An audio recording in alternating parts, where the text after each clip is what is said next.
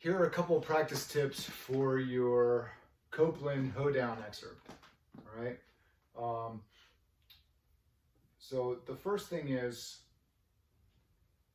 if you look after figure number 16, 1, 2, 3, the fourth measure, we have a shift from third position to sixth position. So we go from our third finger C sharp, shift with the first finger to the D, first finger D in sixth position. What's going to happen to you is you're going to be going along here and you're going to shift just with your finger, and you're going to get stuck here on this part of the instrument here. All right. And it's going to be flat, and you're not going to get up high enough. So what has to happen here is that your hand needs to come around the rib of the instrument here, and your left elbow has to swing in and under the instrument, okay? Almost so as if your elbow is kind of coming a little bit in front of your body here, okay? So big swing of the elbow, big shift of the left hand around the side of the instrument here in order to get the right hand shape to be able to play these four notes: D with the first finger, E with the second finger, F sharp with the third finger, G sharp with the fourth finger. So we want a nice hand position where all four fingers can reach those pitches, those spots on the fingerboard. And if you're here, if you only shift to here, you're out of position, and you're going to be out of tune, and it's not going to work. Okay? So here we go. One more time. Big swing of the left elbow and movement around the violin with the hand. So all four fingers are over the fingerboard. That's one. Okay? Then, going into the next measure, we go from fourth finger G sharp to fourth finger A. We just slip up with the fourth finger. And again, what you're going to do is you're just going to reach with the fourth finger, and you're going to be out of position. So this is actually, even though we're just slipping up with the fourth finger, we want to make a really small shift of the whole hand. So we're going from sixth position to seventh position. Okay?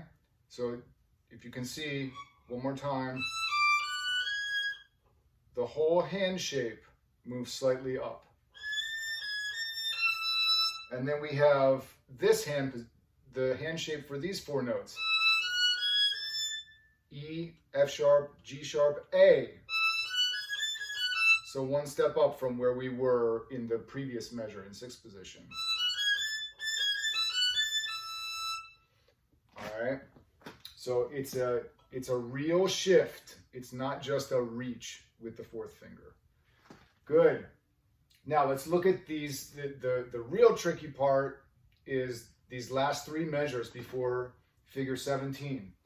So in this rest, 4 measures before 17, I'll go from 5 before 17.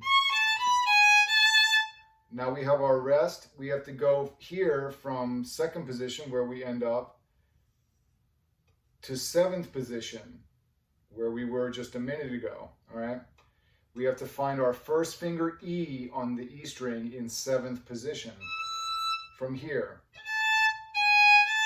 So what we do is we're already here in second position.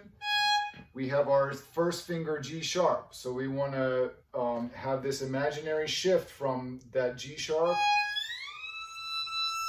up to the first finger E with the first finger. All right.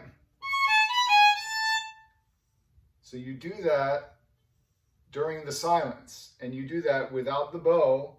And then once you're there, you can quickly test it by just, after you've made the shift, You can quickly test it by just dropping that first finger on the string with enough, not force, but enough weight that you can hear it, okay? So that you know that it's secure, all right? And then you have your first note in the third measure before figure 17. Then we go, let's address this measure now. So, sorry, I hit my A string there. So, how do we make that shift up to the B sharp? Again, we make the shift with the first finger. The first finger really is our anchor and it's our feeler, and it really secures all of our positions when we're doing stuff like this. So the first finger makes the shift. We're going to add an imaginary note.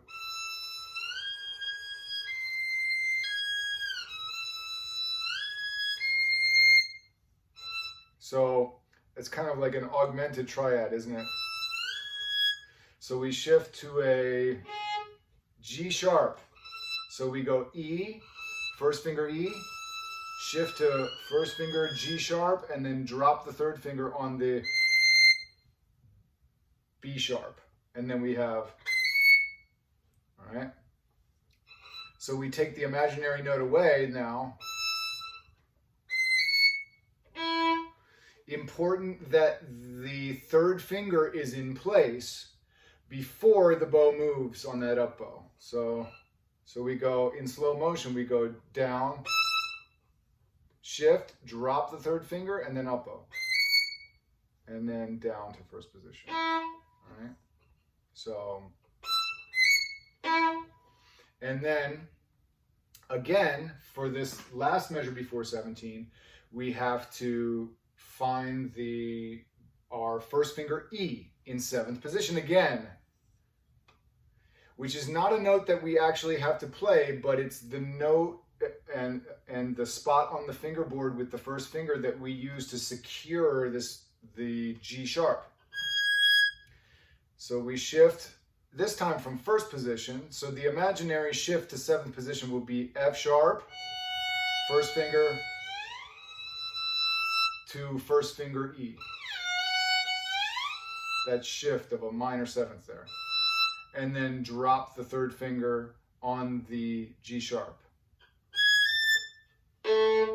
Okay, so during the rest, so the previous gesture we have, now during this silence we shift to 7th position, drop the finger to test it, make sure it's the right pitch, drop that finger so only you can hear it, and then drop the third finger, and you have your secure 7th position G sharp.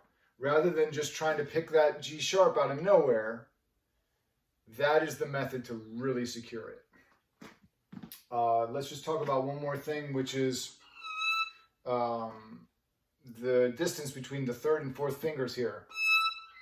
So third finger is down, and then really the fourth finger kind of has to push the third finger out of the way. That's how close they have to be. So third finger doesn't necessarily have to stay down if you can't get it in tune, if you can't get the fourth finger in tune.